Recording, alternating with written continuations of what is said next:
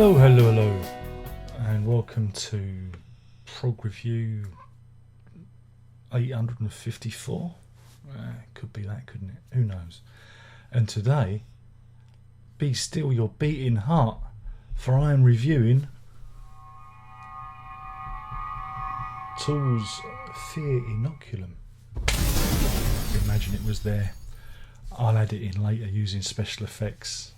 So that would be a good joke if I forget to do that, because then I've just been clapping the thin air. And yeah, oh wow. So yeah, this is the fifth album by Tool. We've waited 13 years for it. And no, I didn't pay the £90 for the only physical copy that's available at the moment, a limited edition CD, which has a little video player. There's unboxings of it. Everyone's unboxing it, but I'm too fucking cool for that. And I didn't want to spunk 90 quid up the wall on something I'm going to look at once and go, eh. And then, oh, I'm being mean. I'm so mean to Tool. Now, before we start, if you're going to leave a comment saying, Tool, yeah, it meant to sound like that, or you didn't listen to it enough, please don't. The sound of the elephants, the herd of elephants that live upstairs. They haven't quite gone back to school yet. One has, and one is still here. The noisy one is still here. Don't know it. I'll get rid of him on Thursday. So yeah, I listened to this because it was out the other week, and I've listened to it. I'm not going to tell you how many times I've listened to it, because you'll still tell me I haven't listened to it enough. Yeah, what can I say? Not as good as the last Perfect Circle album. Oh, that's gonna annoy a few people. Yeah, it's Tool. It's a Tool album, and on its own,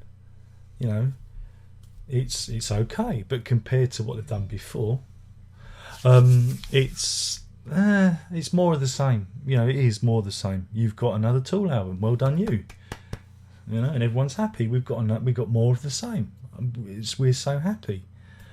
What surprises me is a lack of progression. What surprises me is a lack of not changing the sonic palette, the tonal palette that they use. It is almost like listening to an album 20 odd years ago.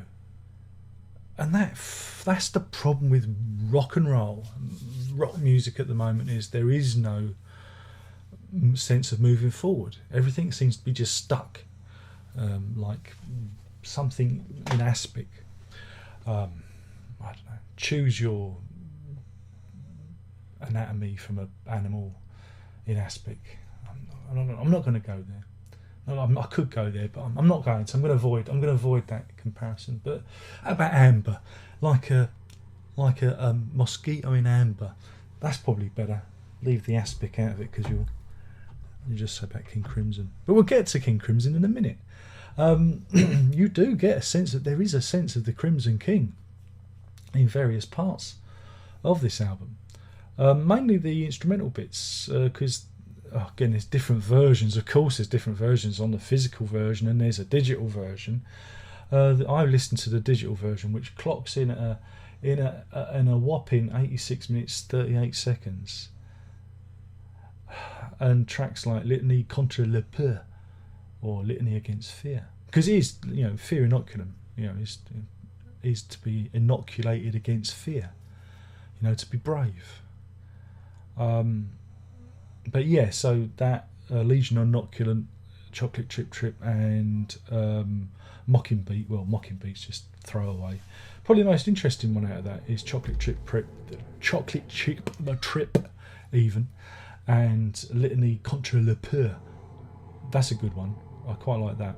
But yeah, it's just this sense of ground being, over again. And yeah, every song is a little movement. You have little bits, and it builds up, and it's like, yeah, hypnotic, very hypnotic, very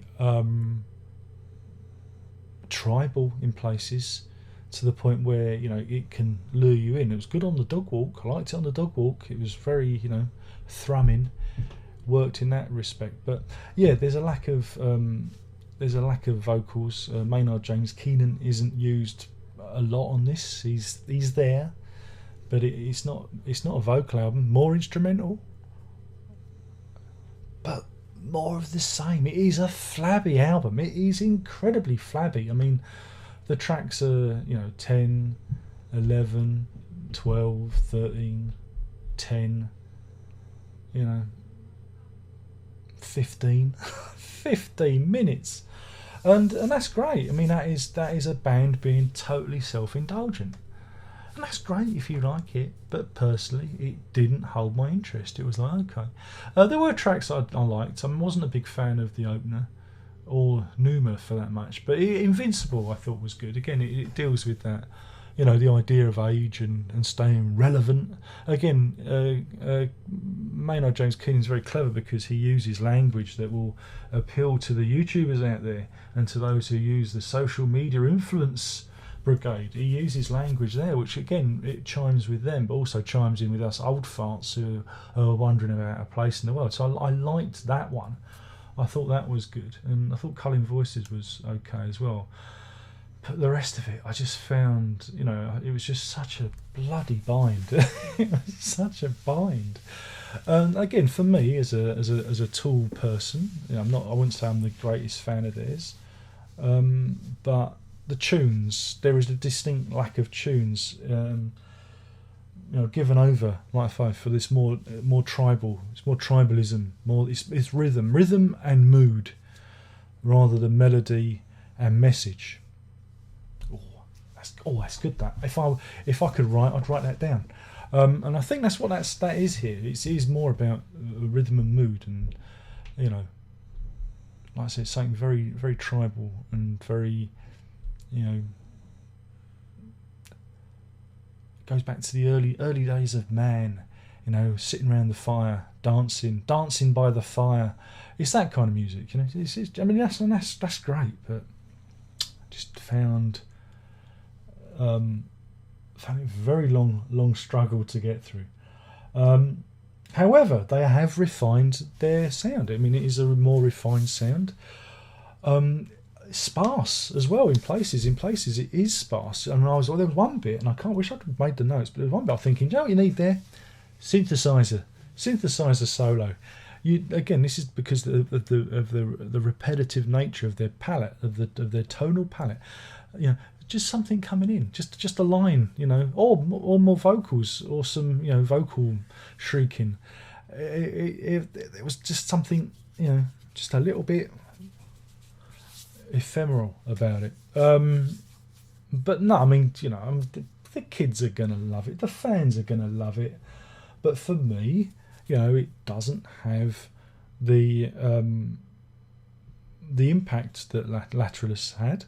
Or the playfulness that 10,000 Days was. I know it's a very serious, almost dark album, but they did kind of, spread out. There was more. You get the feeling there they were trying to do something different, slightly different. But they have one style, and that is it, and that's all you're going to get, and that's fine. That's fine if you like that. It's fine. It's more of the same. The monoculture is king in this world. Remember that.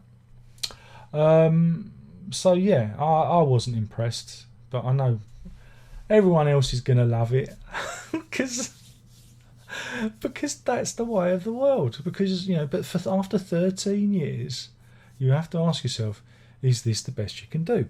What it reminded me of is it did remind me a bit of like Gable with his Up album.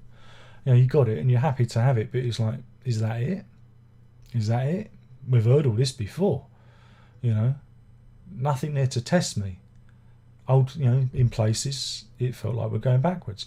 I mean, like I said, with the instrumental pieces, all I'm hearing is them referencing King Crimson circa 2000 to 2003. When they go off on their improvisational jaunts. The more synthy, guitar synthy side of that. So yeah, I mean, it was all right. It's all right. It's all right, but it's not the 4 and 5 star album that Kerrang are giving it.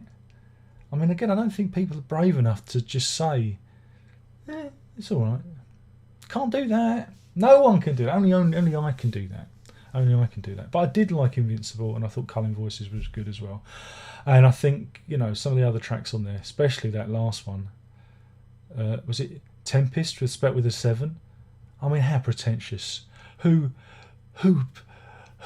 spells words with letters? What kind of wanker does that?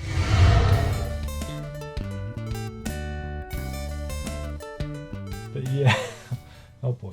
But yeah, well, what can I give it? What should we give it? Should we give it a rating? I suppose we better. I'm going to give this 2 Culling Voices out of 5. That's 2 Culling Voices out of 5. It's too fucking long. It's too long, too flabby, too indulgent. Again, they need people here who can, I mean, they need an outside producer. Again, this is what happens when you self-produce. Is you just do what you bloody well please, and there's no vision. There's a distinct lack of vision, other than, hey man, we're doing everything in 7s. It's like 7 is the theme. Well, how comes there are 10 tracks on the digital version? You fucked that up. Oh dear, I'm sorry, I'm just being an incredible tinker. And if you're a Tool fan and you've got this far and you haven't felt like spilling bile all over your keyboard and to tell me what for, then well done you. But please understand where I'm coming from. I like to listen to an album, and I like to be, I like to go on a journey.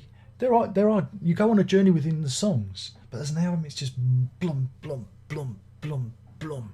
It's a sense of standing still, Oh God, so many people are going to hate this. I didn't want to do this review because I'm just going to get fucking hated for it. It is so predictable where this is going to go. And I do like bits of Tool, and the bits I really like. It's just, it seems now that bands can just deliver something that just sounds pretty damn similar all the way through, and people go, yeah, it's great. If I did that, everyone would say, oh, he's repeating himself, And that's just the quality of the reviews these days. They can't all be as brilliant as me. 10 million views, remember that, 10 million views. If only I had a pound, not a penny, a pound for all those views. But I don't, because it don't work like that. Probably have a micro penny. Anyway, I've been talking about Tool's new album, Fear Inoculum, which you all love, and I'm about it, because I'm old and I don't know what I'm talking about, and I've listened to it all wrong, and I didn't listen to it enough times. All right, we've done it now. Not that anybody really cares. Nobody cares today. No, nobody cares. Anyway, thanks for listening to me. There'll be a good one along in a minute. There's a good one. Honest. So that's it. My name's been Darren. There's only one more thing left to say, and by now you should know that, and that is Prog on.